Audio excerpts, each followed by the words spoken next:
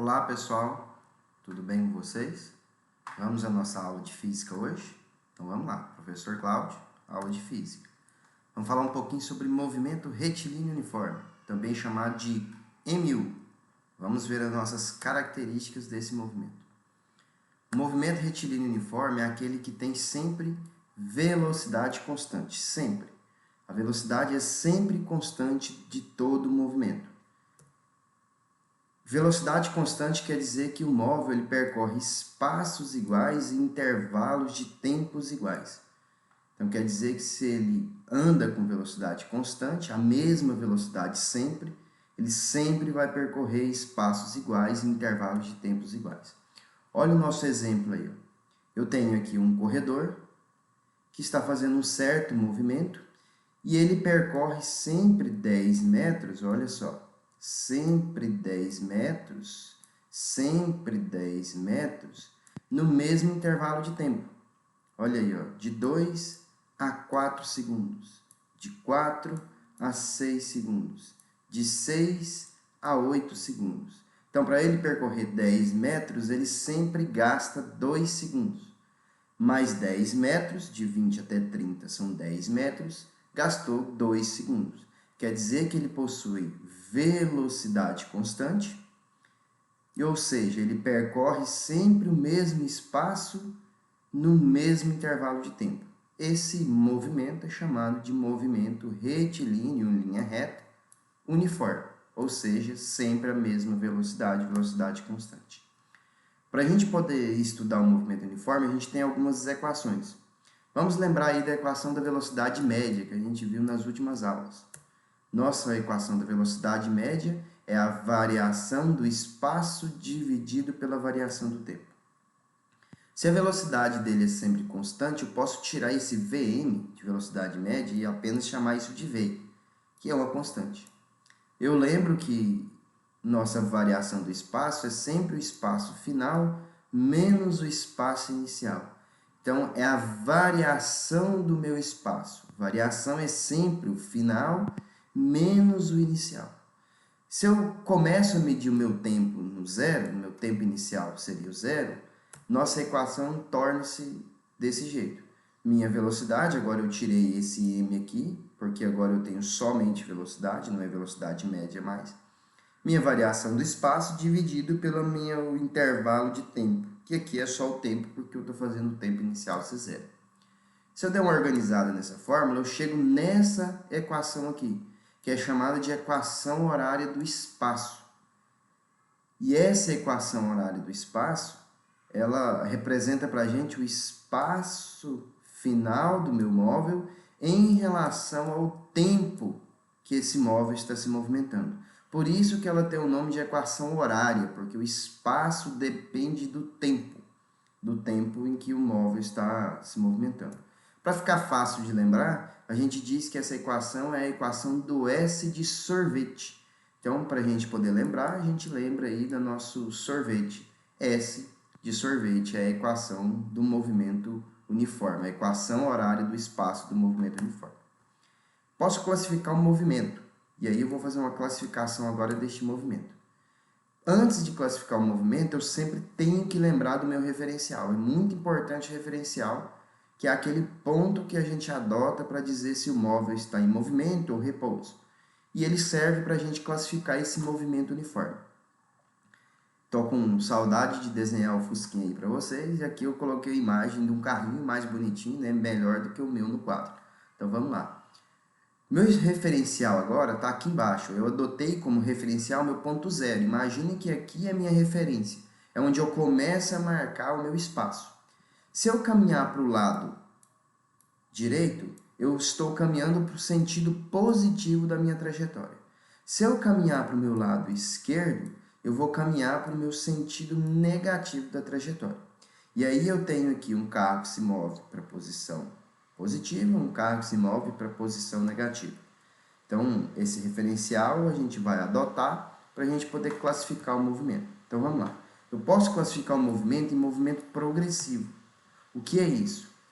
Imagine que eu tenho o início da minha trajetória, está aqui meu quilômetro zero, e eu tenho aqui uma moto, né, que está movimentando a 30 km por hora. E esse 30 km por hora, essa moto ela possui essa mesma velocidade, então é um movimento uniforme, a velocidade não muda. E ele está movimentando, olha só, no sentido positivo da minha trajetória. Se ele movimenta para o sentido positivo, a minha velocidade ela é considerada positiva e o meu movimento é chamado de movimento progressivo. E eu posso representar esse espaço percorrido pelo meu objeto em relação ao meu tempo. Então, olha só, eu vou usar um recurso lá da matemática que vocês já estão vendo aí, já estão aprendendo, que é os gráficos, onde eu tenho um eixo que eu chamo de tempo, lá na matemática a gente chama de x, e o meu eixo S, que é o meu espaço percorrido, que lá na matemática a gente chama de y. Então aqui ó, indica que no tempo inicial, no tempo zero, que eu comecei a marcar o meu movimento, o móvel estava em uma certa posição, no espaço zero. Quando eu aumento o meu tempo, olha o que acontece com o meu espaço, ele também aumenta. Olha aqui no desenho do motoqueiro. Eu estava no quilômetro zero. Se eu aumentar o meu tempo, o motoqueiro vai viajar no sentido positivo da trajetória e vai fazer com que o espaço dele aumente. Ó, ele vai para 2 km, depois vai para 4 km, depois vai para 6 km e assim por diante. Então, o meu espaço aumenta com o aumento do tempo. Outro movimento retrógrado ou regressivo. O que quer dizer isso? Imagine agora que o motoqueiro ele está viajando no sentido negativo da trajetória. Ó, o sentido positivo é para a direita, o sentido negativo para a esquerda. E aí a minha velocidade dele agora é considerada negativa. Veja que a velocidade agora é menos 30 km por hora, menos 30 km por hora, menos 30 km por hora. Movimento com velocidade constante, só que agora negativo. Meu movimento é chamado de retrógrado ou regressivo. Se eu colocar isso em um gráfico, perceba que meu tempo inicial, meu espaço inicial era maior do que o meu espaço final. E aí a minha reta está descendo, ela é decrescente, ela diminui o espaço com o passar do tempo. Exemplo, um corpo que possui velocidade constante de 5 metros por segundo, se a velocidade é constante, eu já posso lembrar que é um movimento uniforme, está na posição S0 igual a 5 metros, quando o meu tempo inicial é zero. Então, quando eu comecei a marcar o tempo, o seu espaço inicial era 5 metros. Minha velocidade é 5 metros por segundo. Vamos ver o que é que ele quer. Letra A, ele quer que a gente escreva a equação horária do movimento, só a gente lembrar lá que a gente viu a equação horária do movimento.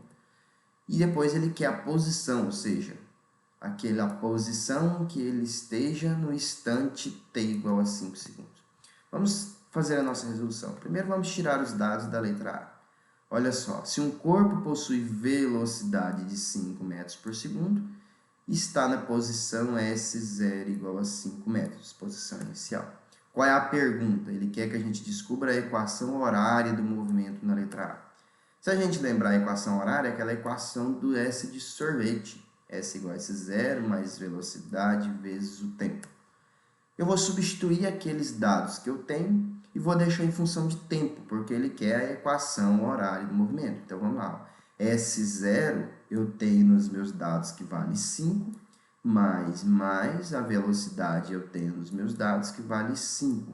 Então, é 5 mais 5 vezes o tempo.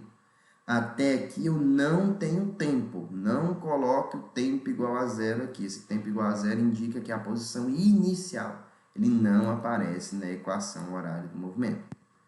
Questão B. Ele quer a posição no instante t igual a 5 segundos. Nossos dados, tempo igual a 5 segundos. Pergunta, qual é a posição, ou seja, qual é o espaço final do meu movimento?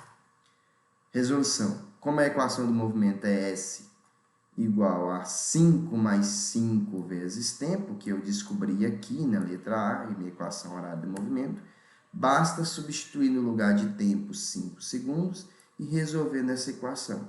Eu tenho soma e multiplicação, primeiro resolve a multiplicação, que vai dar 25, mais 5, que eu tenho a minha resposta, 30. Meu espaço era marcado aqui em metros, aqui eu tenho meu espaço também em metros. Correto? Bem simples, bem fácil, bem tranquilo de resolver. Bons estudos a todos aí.